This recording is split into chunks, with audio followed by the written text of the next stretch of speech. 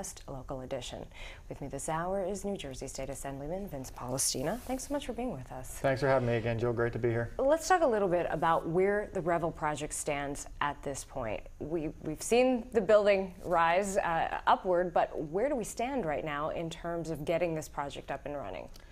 Well, the building, as you just said, is up. The exterior is constructed. They are finishing some of the touches on the outside, but we do have the exterior of the first tower completed. We're looking now for permanent financing to finish the interior of the project. And of course, that project is critical to the future of Atlantic City and making sure we continue economic development and capital investment in the city and in the region. So we are looking to do everything we can to help them along in the process of securing financing, and we're hoping that happens very soon. In terms of securing financing, why wasn't complete financing actually secured before this project was started? Yeah, it's unfortunate, but Morgan Stanley, who was one of the investors in the project, has put out a lot of capital to get the project to where it is now.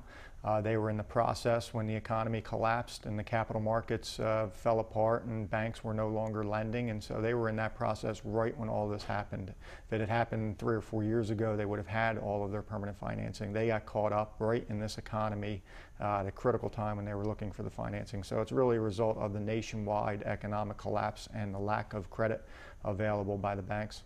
There has been some opposition to the tax increment financing that will be available to Revel. Talk to us a little bit about how this program works and why the legislature passed it last summer. We did pass it last summer, and you know, Jill, New Jersey, everybody knows, is the highest tax state in the nation. And so when we started dealing with this economy, we started looking at ways that we could create capital investment and economic development and jobs. Jobs are critical right now. We're dealing with over 10% unemployment. So the tax increment financing program is a way where companies, if they're making capital investments and generating sales taxes, can get a rebate back from some of those sales taxes. Similar to the way you would go to the store, purchase a product, get a rebate from the company. Or another analogy would be the way that the property tax rebate program works, where we send all of our taxes to Trenton and then they send a portion of that back in the form of a rebate. It is a rebate that is based on the sales taxes that Revel is anticipated to pay over 20 years. They are anticipated right now to pay about $3.2 billion.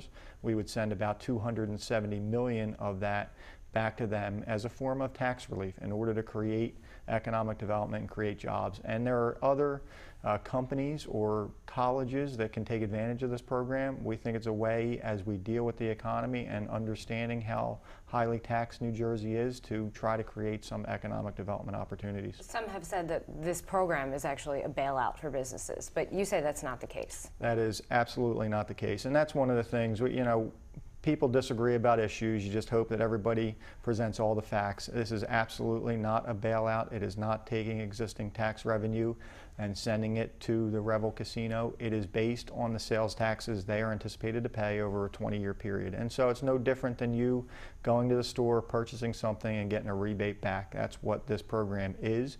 It's an excellent way for not only this property, but other projects in the state to be able to get some assistance from government to get these jobs created and get these projects open. Will there